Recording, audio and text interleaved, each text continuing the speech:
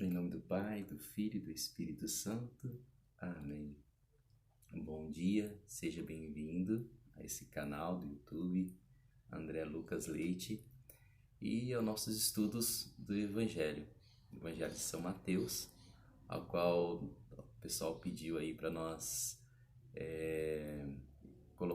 gravarmos, né, no YouTube e deixar lá disponível as aulas que nós já fazemos na Perseverança. Nós já estamos no capítulo 5, mas nós vamos começar então da introdução, vamos gravar todas as aulas que foram passadas e toda quarta-feira nós vamos então progredindo, né? Já vai final do capítulo 5 de Mateus, tal, mas aqui eu vou deixar então todas as aulas aí gravadas no YouTube. E se você se interessa, né, por isso, quer aprender um pouquinho mais, nós estamos usando o livro de Santo Tomás de Aquino, Catena Áurea, e para então ver o que os santos falam sobre os evangelhos, como que ele meditava as passagens do evangelho. Então nós vamos estudar tudo dessa forma. É para você que participa do nosso grupo de oração, para você que participa da nossa perseverança, para você, irmão, amigo da família, irmão da diocese, para você que quer aprender um pouquinho mais sobre o Evangelho de Mateus, tá? Então, a primeira coisa que nós vamos aprender um pouquinho é a palavra evangelho. O que é evangelho? O que é evangelho? Quem vai nos ajudar, então, é Santo Agostinho. Santo Agostinho vai dizer assim: sobre o próprio título do evangelho, a palavra evangelho se traduz como boa notícia, bom anúncio, e aplica-se com efeito a qualquer bem que se anuncia. Mas essa palavra significa propriamente o anúncio do Salvador, razão pela qual os narradores do nascimento, dos feitos, ditos e sofrimentos do nosso Senhor Jesus Cristo foram denominados com toda a propriedade evangelistas. Bom, então bom anúncio, boa notícia. Anúncio de quem? Anunciar o Salvador, Jesus. Ah, André, mas isso é fácil, eu já sabia que o Evangelho era boa notícia. Então vamos aprofundar um pouco mais, vamos lá? Então, São João Crisóstomo, ele começa então a comparar o que é essa boa notícia. O que é essa boa notícia, né? Esse Jesus Salvador. São João Crisóstomo vai dizer assim pra gente: o que pode ser comparado a essa boa nova?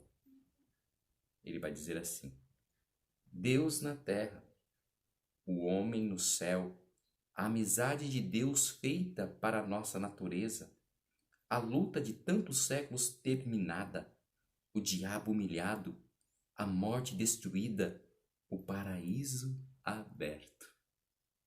E todas essas coisas que superam nossa natureza, concedidas facilmente, não porque nos esforçamos, mas porque Deus nos amou.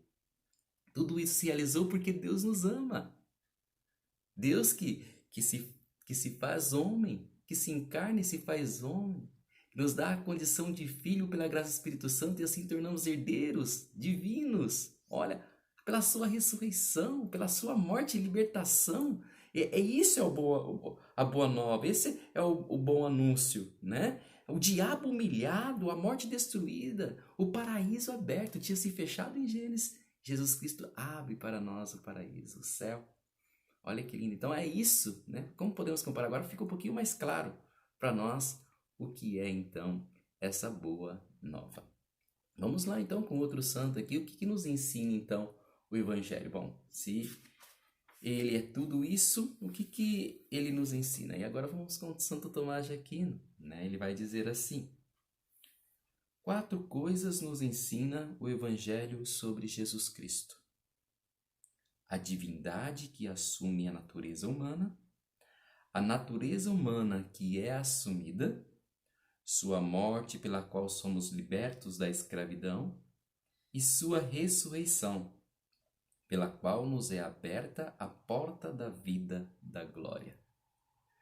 Aí ele vai referir-se, né, que isto é o que profetiza Ezequiel com a figura dos quatro animais, lá em Ezequiel capítulo 1, de 5 a 14.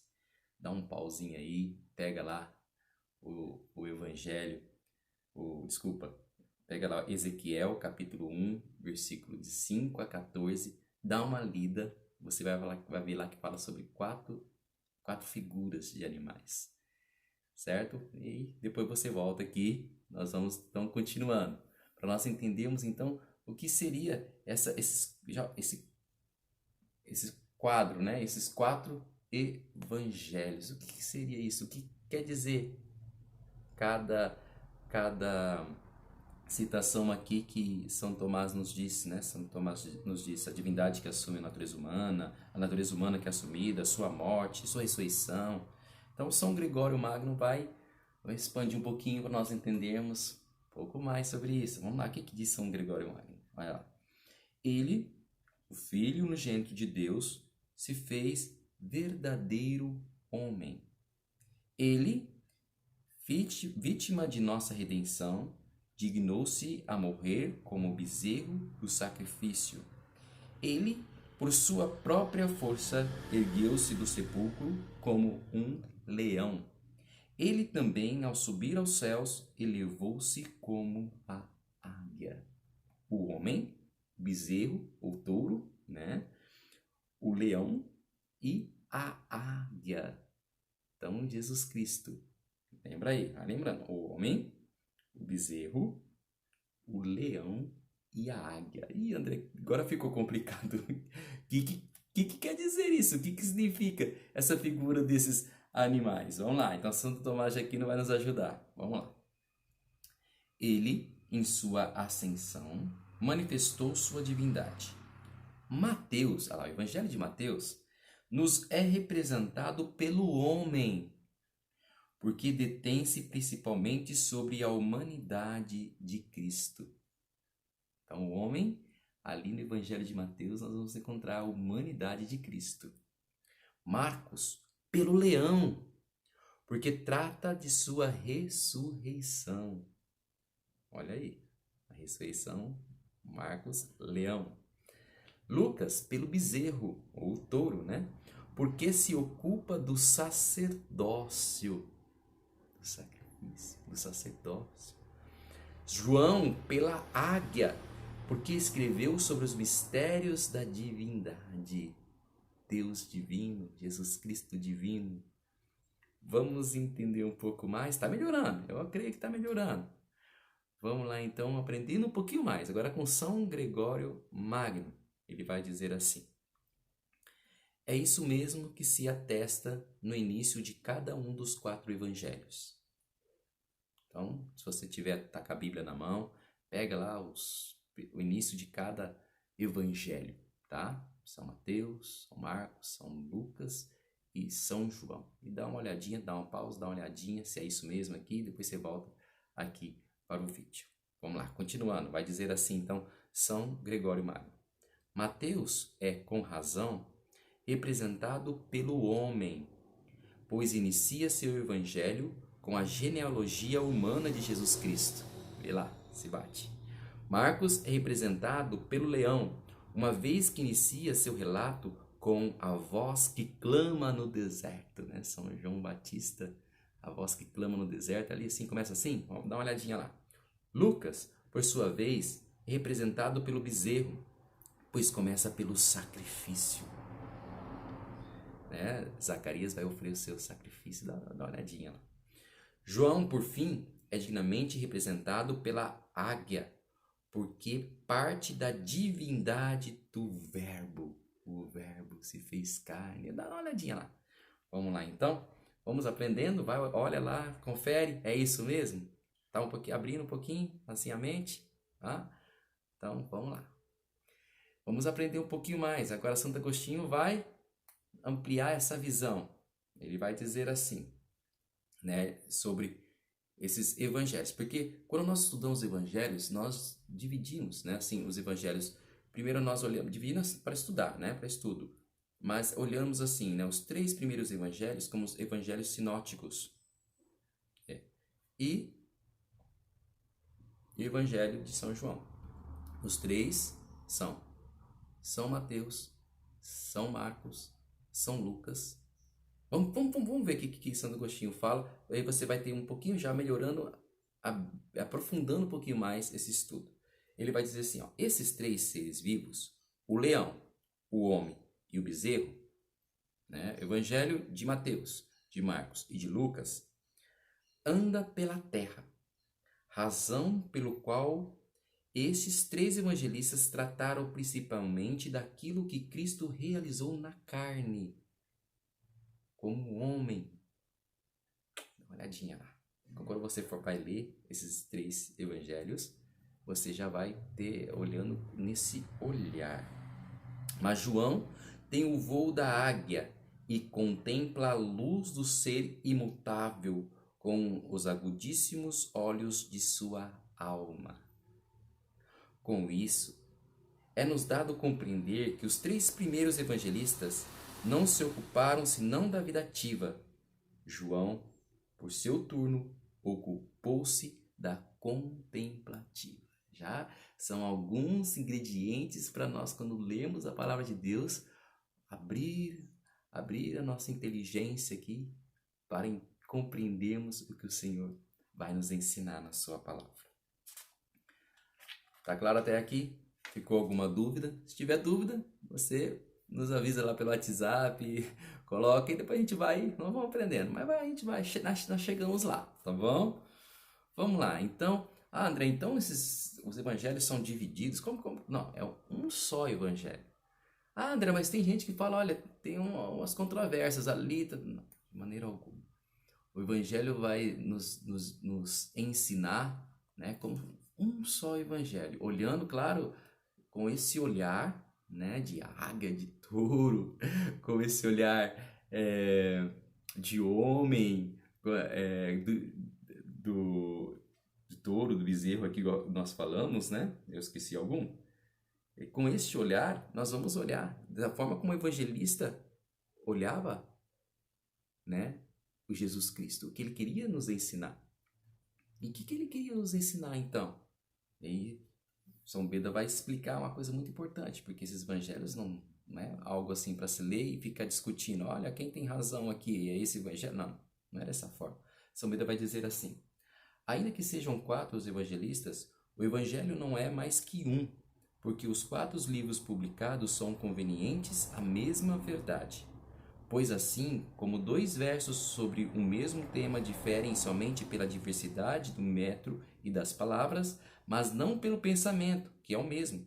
Assim, os livros dos evangelistas, sendo 4, constituem um só evangelho, porque contém uma mesma doutrina sobre a fé católica.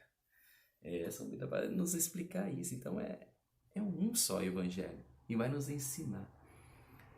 É muito bom aprender isso, gente. Quando eu falo por experiência própria, você começa a ler a palavra de Deus, tendo por base, né, essa visão, esse entendimento, nossa, ajuda muito, muito mesmo. Vamos agora um pouquinho, então, fechar aqui, né, finalizar aqui, no Evangelho de São Mateus, para nós, então, entendermos um pouquinho, porque depois vai ter o capítulo 1º, nós vamos analisar certinho como que o que fala do Evangelho de São Mateus, mas só para nós entendermos, assim, então, assim, o Evangelho de São Mateus foi escrito para quem? Para quem Mateus escreveu, né? Então, São Jerônimo responde para nós, vamos lá. Mateus escreveu seu Evangelho em hebraico, na Judéia, principalmente para os judeus convertidos de Jerusalém, pois tendo pregado primeiramente o Evangelho, escreveu-o depois em hebraico, deixando como memória a seus irmãos de quem se separava para ir até os gentios. Assim como foi necessária a pregação do Evangelho para que a fé se fortificasse, assim também foi necessário que escrevesse contra os hereges. Gente, essa noção que nós temos que entender. O Evangelho, né, primeiro é anunciado. Vamos escrever, não, ele é anunciado. E depois, né, vão sendo escrito aquilo que foi dito. Porque às vezes a gente tem uma noção que alguém senta, bom, agora vamos escrever que o Evangelho, ou que, como diz Padre Paulo Ricardo, né, acredita que a Bíblia caiu do céu com zíper e tudo. Não, gente, ele foi inspirado por Deus para que esses homens depois escrevessem a história daquilo que aconteceu de Jesus Cristo. Então, vão sendo vividos, vão sendo pregados. É a tradição, né? Oral. Vai sendo anunciado, vai sendo falado. E depois vai sendo colhido por palavras, escrito por palavras inspiradas por Deus. Aquilo que o próprio Jesus anunciou, fez, viveu. Tá? E vamos aí fechar então nossa aula com outras coisinhas, né? Como vai dizer aqui, aqui já vai dizer assim, de que forma, né? Qual é a sua narrativa de Mateus, né? Então, tem aqui Pseudo, né? Crisóstomo, referente à obra de Crisóstomo. Então, vai dizendo assim: essa é a ordem que seguiu Mateus em sua narrativa. Como que é em Mateus? Depois nós vamos estar estudando bem, mais aprofundado isso. O nascimento de Cristo, seu batismo, sua tentação, pregação, milagres, paixão, ressurreição e ascensão aos céus. Nós vamos estudar tudo isso no Evangelho de Mateus. E o que isso serve para nós? Por que então? O que eu vou aprender? Como que vai? Como que eu vou agir diante de toda essa boa nova desse Evangelho anunciado? Então ainda vai dizer aqui, ainda continuando, né? Assim, pois de nada vale termos nascido de nossos pais se depois não tivermos renascido em Deus pela água e pelo Espírito. Uma vez recebido o batismo, é preciso perseverar contra o diabo. Vencida a tentação, é preciso fazer-nos idôneos para o ensinamento da verdade. O sacerdote, ensinando e mostrando sua doutrina pelo exemplo, valendo estes como milagres realizados. O leigo, mostrando sua fé em suas obras. Por último, sair do estádio deste mundo para que sigam a recompensa de nossa vitória sobre as tentações e a glória. Para nós vivermos como filhos de Deus, vencer o pecado. Amém? Bom, convido você então a se inscrever aí e você vai estar recebendo então esse conteúdo do Evangelho de São Mateus. Valeu? Tem alguma pergunta, alguma assim? Pode mandar pra gente aí pelo WhatsApp, tá? No grupo. O pessoal que faz a perseverança, quem tem meu WhatsApp pode estar enviando e a gente vai. Se ficou alguma coisa difícil de compreender, nós vamos explicando melhor, tá bom? Um beijo, Deus abençoe, Nossa Senhora te proteja. Fique com Deus.